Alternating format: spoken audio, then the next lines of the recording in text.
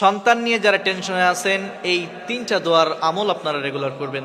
আপনার ওই সন্তান আপনার বাধ্য হয়ে যাবে, ওই সন্তান আপনার কথা শুনবে, বা আপনার মনে যত আশা ছিল সমস্ত আশাগুলো পূরণ হবে।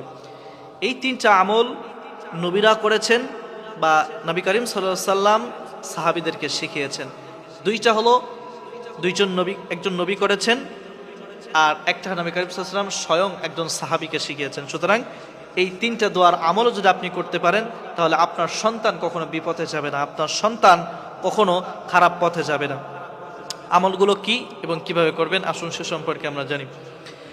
1 নম্বর আমল হলো, এটা হযরত ইব্রাহিম আলাইহিস সালাতু ওয়াস সালাম করতেন। আমলটা কি? রব্বি জাআলনি ওয়া যুররিয়াতি মিনাস সালিহিন।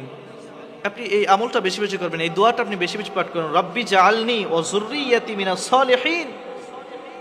এই আমলটা, এই দোয়াটা আপনি বেশি বেশি পাঠ করবেন। 2 নম্বরে, এই ইব্রাহিম আলাইহিস সালাতু ওয়াস সালামও এই দোয়াটা বেশি বেশি পাঠ করতেন। দোয়াটা কি? রব্বানা হাব লানা মিন আজওয়াজিনা যুররিয়াতিনা কুররাতা আ'য়ুনিন ওয়াজআলনা লিল মুত্তাকিনা ইমামা। তিনি বারবার বলতেন, রব্বানা হাব লানা মিন আজওয়াজিনা যুররিয়াতিনা কুররাতা আ'য়ুনিন ওয়াজআলনা লিল মুত্তাকিনা ইমামা। 2 নম্বর, 1 নম্বর হলো রব্বি জাআলনি ওয়া যুররিয়াতি মিনাস সালিহিন, এটা হলো 1 নম্বর। 2 নম্বর হলো রব্বানা হাব লানা মিন আজওয়াজিনা যুররিয়াতিনা কুররাতা আ'য়ুনিন ওয়াজআলনা লিল মুত্তাকিনা ইমামা।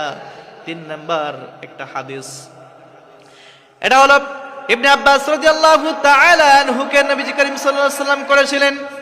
তিনি তখন তাকে বলেছিলেন, আল্লাহুম্মা ফাক্কিহহু ফিদ-দ্বীন ওয়া আল্লিমহু আত-তা'ওয়িল।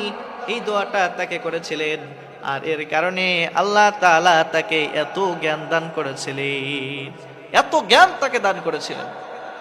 তাহলে আপনার সন্তানের জন্য কোন 3টা দোয়া করবেন? 1 নম্বর হলো রব্বি জাআলনি ওয়া যুররিয়াতি মিনাস সালিহিন।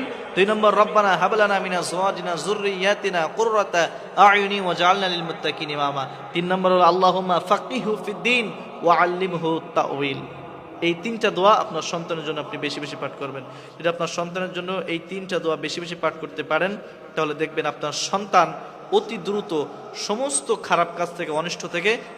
সন্তান নিয়ে যারা টেনশনে আছেন, এই 3টা দোয়ার আমল আপনারা রেগুলার করবেন।